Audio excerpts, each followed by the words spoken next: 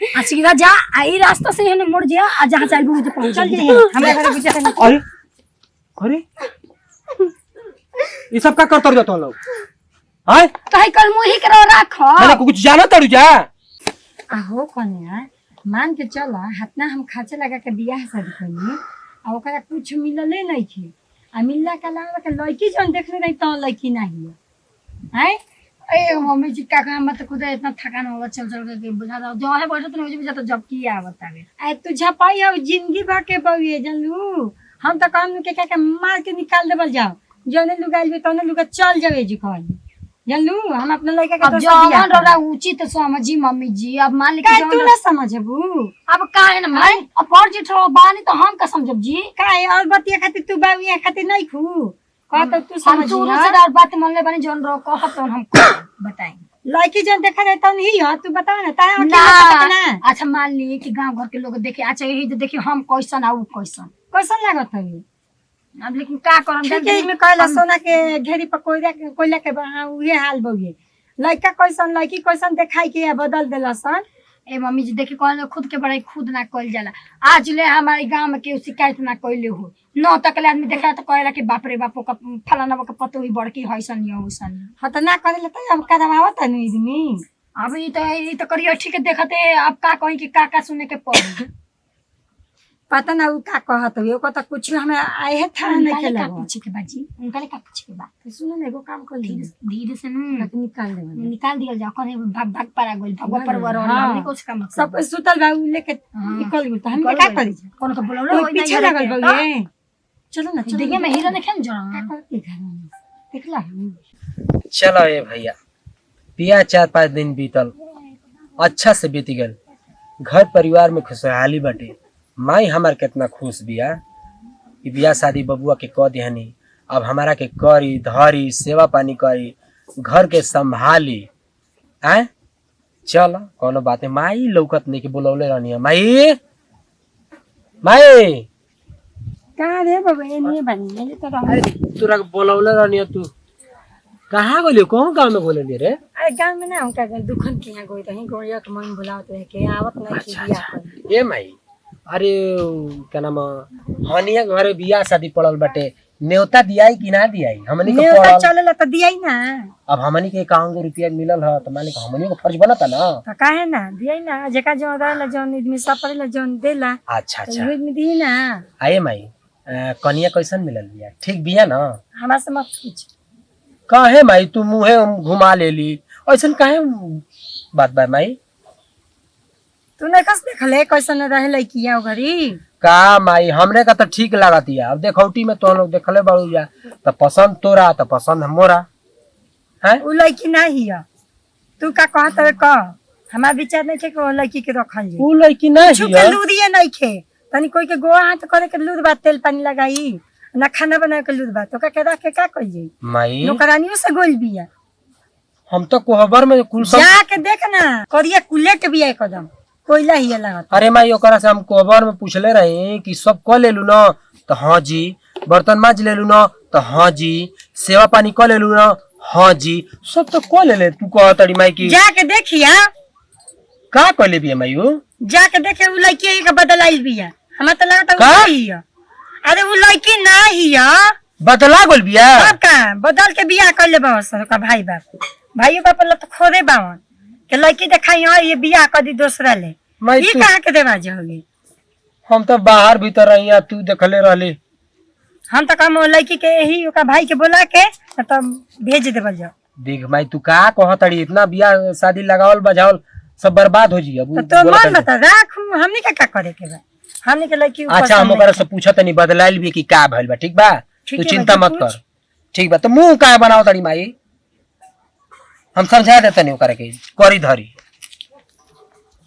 लड़की हिया ना लेकिन एक तो दिमाग में घोराइल बा जनु हम कुल जानत नहीं बाप रे इतना हम के शौक ले बियाह कनी जाके लड़की कितना सुगर बिया आई कहता कि उहे लड़की कोहबर में पूछले रहे कौन चीज पूछले रहे एक और लव झप बोले के तब ऊंच नीचे बुझाइबे ना करेला कहे के का त कही का कोहबर में कोई पूछला के घर बर्तन क लेलू आ बर्तन मांज लेलू एक दिमाग नहीं के कत दिमाग उल्टा हो ज्योति ए ज्योति ज्योति हम तो आईनी है खेत से एगो बात पूछल चाहते तरह से। का बात बेटे बोली। सब घर में जो ठीक ठाक बा ना, सास माना तड़ी हैं?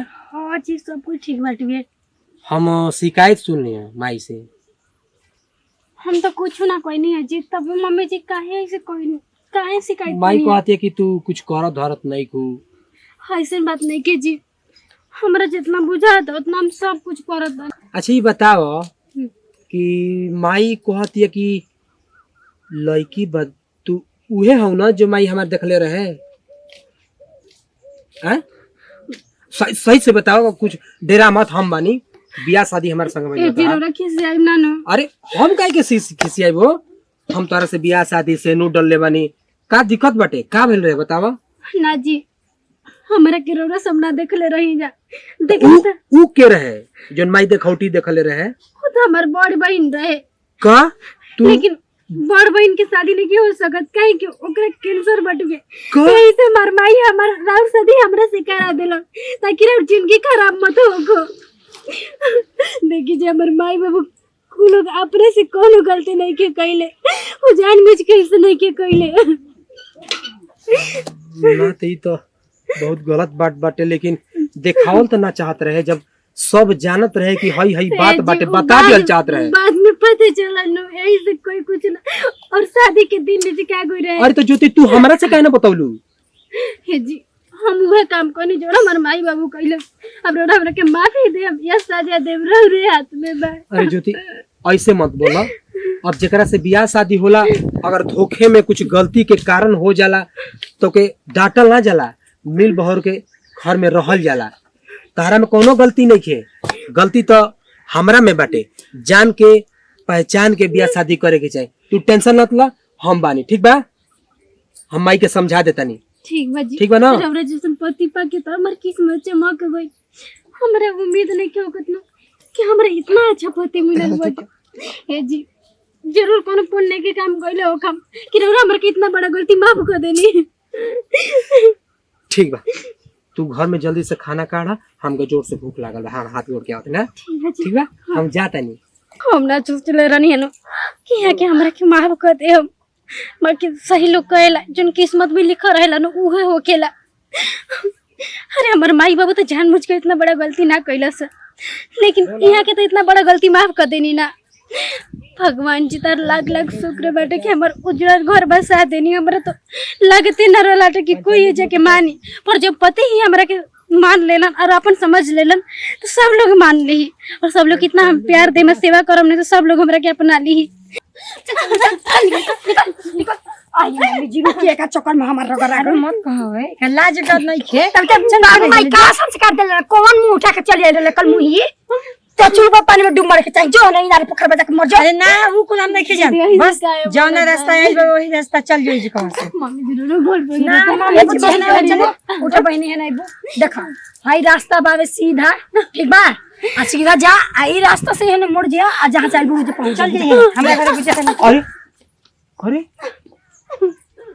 ये सब का करतर जातो लोग हाय काहे कल मुही करो रखो मैंने कुछ जाना तड़ू जा का जानत का भइल कर संगे ई लड़की नहीं है, हम ना रखम एकरा के।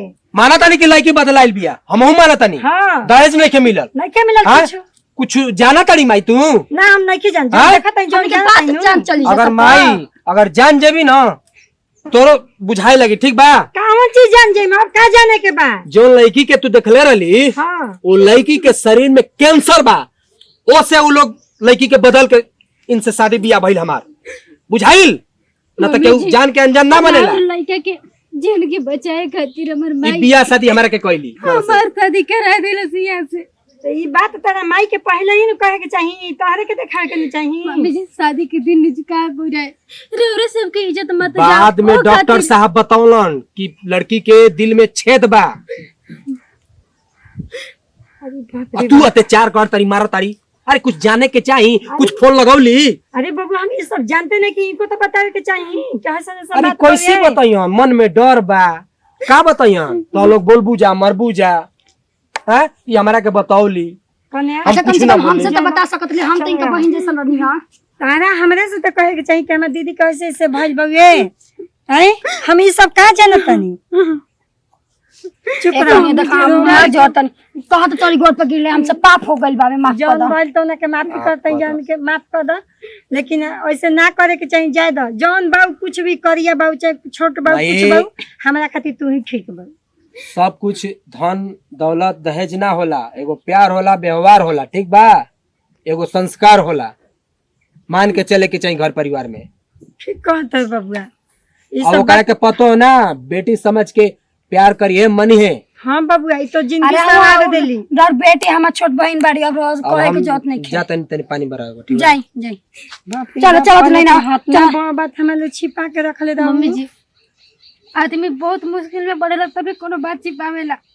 हमार माई बाबू मजबूर रहे, आगे पीछे सब कुछ देख के चले के रहे, यही सब लोग ना कुछ बतावेला। कने जाए दो, हमर लड़का के तो जिंदगी बन गल, तू आ बोली तो ना, तो आज मतलब ता बहन के शादी होई तो मम्मी जी, और सबके हम इतना प्यार और सेवा करम ना। अरे तू एकदम खाली व्यवहार बना के हमनी संग रहो तना बहुत चलो चलो तो पहले चलो। घर में चलो।